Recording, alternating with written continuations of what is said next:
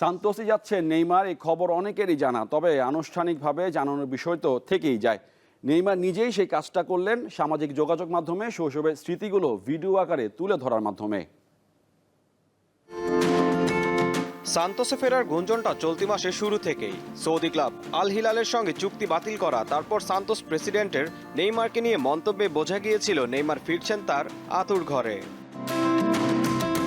৩২ বছর বয়সী ব্রাজিলিয়ান এ তারকা সামাজিক যোগাযোগ মাধ্যমে পোস্ট করে বিষয়টি নিশ্চিত করেছেন। সান্তোসে তার অতীতের বিভিন্ন ছবি পোস্ট করেন তিনি, জানান সান্তোসের ক্লাব ও তাদের সমর্থকদের প্রতি তার ভালোবাসার কথা। বার্তা সংস্থা এএফপি জানায়, সান্তোসের মাঠ ভিলা বেলমিরোয় বিভিন্ন আয়োজনের মাধ্যমে নেইমারকে নিজের সমর্থকদের সামনে উপস্থাপন করবে ব্রাজিলিয়ান শীর্ষ লিগের ক্লাবটি। তবে কবে হবে সেই মাহেন্দ্রক্ষণ তা এখনো নিশ্চিত করা হয়নি। কিন্তু ৫ ফেব্রুয়ারি নেইমারের জন্মদিন বিধায় হয়তো সেদিনই ক্লাবটির হয়ে মাঠে নামবেন ব্রাজিলের এই তারকা।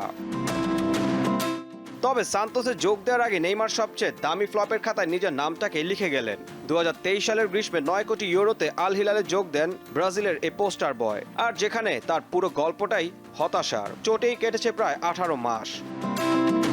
সব মিলিয়ে আল হিলালের হয়ে নেইমার ম্যাচ খেলেছেন মাত্র ৭টি। সৌদি ক্লাবটি নেইমারকে যে পরিমাণ অর্থ দিয়েছে সেই হিসেব করলে তার জন্য প্রতি ম্যাচে ক্লাবটির খরচ করতে হয়েছে ১,২৮,০০,০০০ ইউরো। ফুটবল ইতিহাসে আর কোনো খেলোয়াড়ের পেছনে ম্যাচ প্রতি এত টাকা খরচ করতে হয়নি কোনো ক্লাবকে। ঈশান হাসান, দীপ্ত স্পোর্টস।